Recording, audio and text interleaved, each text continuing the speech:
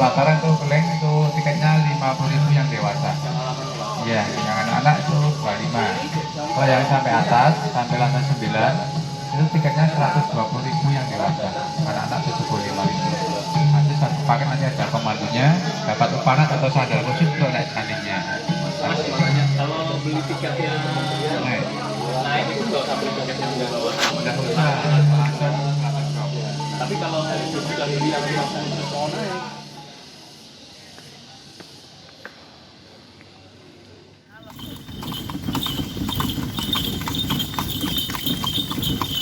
Udah ada yang ngaritin rumputnya berarti Pak? Cari sendiri. Mau cari sendiri? Oh, saya ke tahun 80 nggak pernah saya saya tenaga di situ.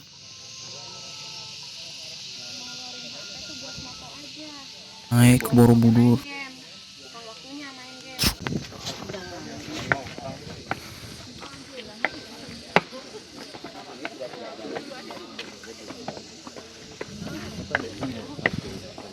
Ayo sandal kita pakai di sini ya. Oh, pakai di sini ya Pak? Oke. Bagus juga nih buat foto di sini.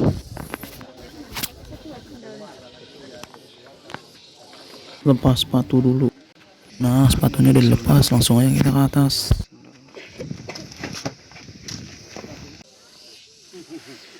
Yang marah.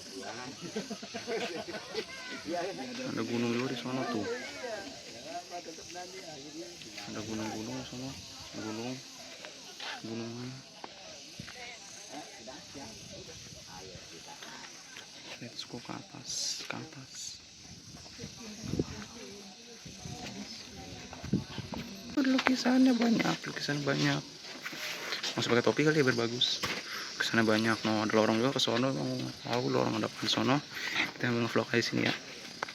Masukin topi dulu ke tas. Sabar. Sono ada lorong juga. Emang nggak ada yang foto, dan kita langsung ke atas aja. Kita langsung foto di atas. Oke. Jalanannya tinggi kali. Wow, bagus di sini buat difoto. Sabar, kita foto. Nah, bagus ini buat difoto. Berapa kali? Di sana.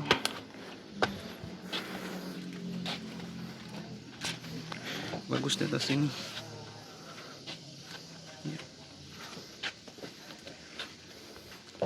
Di sini sayang berada hancur. Hutan gunung. Tuh, sono Gunung Merapi kayaknya sono.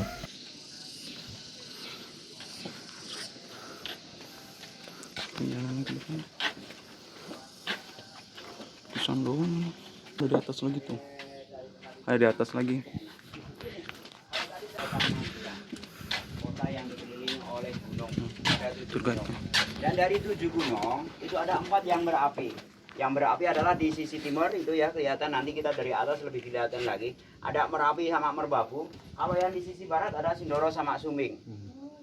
Ya, jadi 4 gunung berapi. Yang lain itu adalah gunung sama pegunungan saja, tapi tidak berapi. Nah, pada tahun 1006 ya, 4 gunung tadi pernah meletus secara serentak, secara bersamaan. Saking dahsyatnya letusan tadi, Borobudur akhirnya terkubur oleh abu vulkanik. Sedangkan gempanya ini mengakibatkan batunya pada jatuh. Jadi apa yang kita lihat sampai saat ini nih, seperti ini ya, batunya banyak yang hilang. Terus patung-patungnya banyak yang cacat. Patung Buddha di Borobudur jumlahnya ada 504 patung Buddha dan hampir separuh cacat. Ada yang tidak punya tangan, ada yang tidak punya kepala, ada yang tidak punya kaki, ada yang tubuhnya tinggal separuh. Nah, ini faktor utamanya adalah karena adanya gempa vulkanik yang terjadi pada tahun 1006. Faktor kedua ya faktor manusia juga, di mana pada masa penjajahan sebelum lahir Undang-Undang Cagar Budaya, orang kalau naik Borobudur apabila butuh souvenir, mereka akan penggal kepala patungnya untuk dijadikan souvenir. Ya, oke. Borobudur ini terkubur oleh abu vulkanik selama 800 tahun. Itu cukup lama Borobudur itu dinyatakan hilang. Makanya Borobudur itu dulu dinyatakan sebagai dead monument. Tapi mulai tanggal 1 Maret sudah bukan dead monument lagi, live monument. Jadi orang ini sebetulnya adalah tempat beribadah. Kalau dulu kan sudah dinyatakan sebagai tempat pariwisata karena Borobudur sudah dinyatakan pernah hilang. Ya, sama UNESCO dinyatakan sebagai tempat pariwisata. Kalau sekarang kembali lagi diminta oleh umat Buddha bahwa Borobudur adalah tempat beribadah sesuai dengan namanya. Oke. Borobudur ini pada tahun 1814. Jadi ketika Jawa ini dikuasai oleh bangsa Inggris, ya, gubernur Inggris pada saat itu yang namanya Thomas Stamford Raffles ini memerintahkan supaya Borobudur dibersihkan dari abu vulkanik dari tahun 1814 sampai 1816. Selama 2 tahun ini dengan 200 pekerja pribumi dibersihkan. Setelah itu ditinggal 93 tahun kemudian baru diadakan renovasi yang pertama yang dimulai tahun 1907 sampai 1911. Selama 4 tahun itu renovasi yang pertama, yang memimpin orang Belanda, tentara dari Belanda pada saat itu, karena dalam masa penjajahan Belanda ya, namanya Theodor van Arp. Selama 4 tahun direnovasi, tapi hasilnya tidak sempurna. 60 tahun setelah renovasi yang pertama, dinding Borobudur sudah mulai mengalami kemiringan. Dinding-dindingnya miring, lantainya ambles, melesak. Ya, ini harus direnovasi. Kalau tidak, ini Borobudurnya bisa runtuh. Karena kemiringan mencapai 15 derajat. Sedangkan kalau lantainya, ini amblesnya mencapai 1 meter. Jadi Borobudur benar-benar dalam keadaan gawat. Nah, makanya terus diadakan renovasi untuk yang kedua. Yang dimulai tahun 1973 dan selesai tahun 1983. Jadi renovasi yang kedua memakan waktu selama 10 tahun. Ya. Nah, dalam renovasi itu sudah lahir Undang-Undang Cagar Budaya. Kalau dalam pasal 66 ayat 1 bunyinya adalah dilarang menambah, mengurangi, merubah bentuk ataupun merubah warna. Jadi apa yang kita lihat, batu yang kurang, patung yang cacat, kita pasang apa adanya. Jadi nggak boleh kalau kita buatkan. Nanti kalau kita buatkan berarti kita akan menghapus nilai sejarah. Oke, kita akan jalan ke arah sana ya. Siap. Jalan lagi. Jalan lagi. Tapi lagi panas.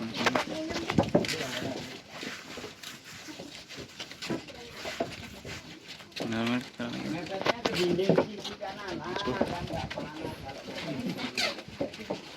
Berarti dinding ke kanan udah nggak panas. Jalannya.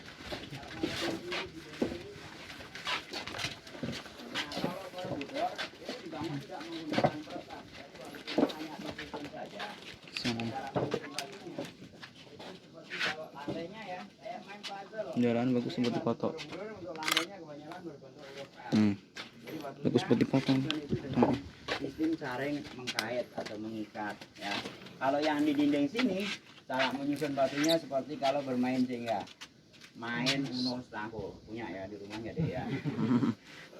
Ini apa puzzle punya, jenga punya. Kalau ini cara menyusun batunya seperti kalau bermain Lego. Jadi sisinya adalah knockdown. Punya kan Lego juga. Nah, makanya nanti kalau sampai di rumah bikin Borobudur sendiri dengan mainan itu. Jadi yang membuat Borobudur anak-anak ya. Iya, ini kayak main Lego, yang di sini kayak main puzzle, yang di sini kayak main Uno Stako. Lagi tadi udah dijelasin.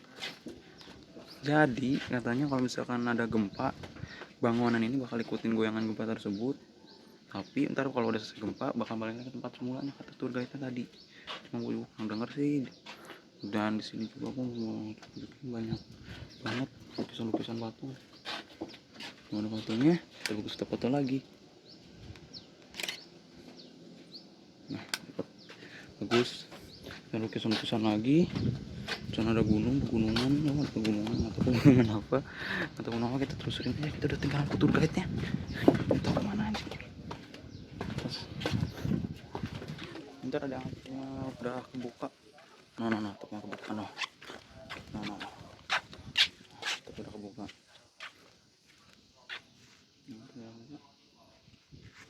Bagus. Terus buka, kita jalan-jalan lagi. Panas, naik ke atas lagi. Sambil hunting foto. Jadi di sini kelihatan bagus banget tuh. Bagus banget.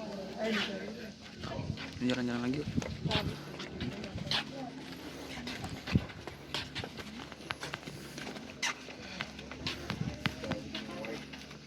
Oh,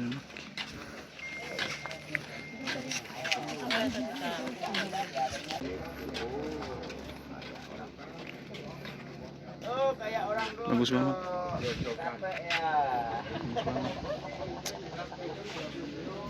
Mantap, memang cuma panas banget di sini. Capek juga. Oh. Iya, udah muter. Tuh dulu nggak sih? Aduh. Ah, ini kan dipahat, jadi dibentuk. Dapat foto pegunungan lumayan. Oh, Lanjut memang lagi ada ya? yang kotak. Nanti kalau dia mati dia akan terlahir kembali. Namanya reinkarnasi. Ya.